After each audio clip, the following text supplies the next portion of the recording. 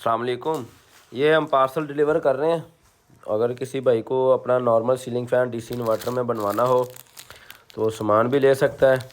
ठीक है, ये हमारे पास रिमोट है और ये इनके कार्ड है हाई पावर फैक्ट्री के अंदर। ये देखें, ये हम इंशाल्लाह अभी डिलीवर करेंगे सुबह फ़र्स्ट टाइम उकाड़ा के अंदर। उकाड़ा, बसीरपुर, फैसलाबाद और पाकपतन, ये सबके पार्सल रेडी हो रहे हैं इंशाल्लाह। ये जो है ना, ये भी आप देख लें, सुबह इंशाल्लाह हम डिलीवर करेंगे फ़र्स्ट टाइम।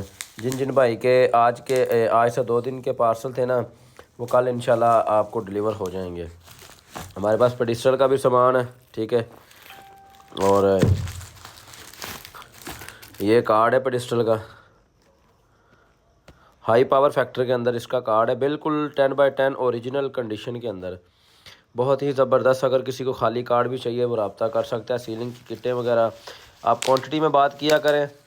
इसके अलावा व्हाट्सएप के ऊपर मैसेज बहुत होते हैं, सबको जवाब देना पॉसिबल नहीं होता, लिहाजा आपको एक ऑटो रिप्लाई के अंदर या एक मैसेज मिल जाएगा जिसके अंदर आपको हर चीज़ का रेट बता दिया जाएगा।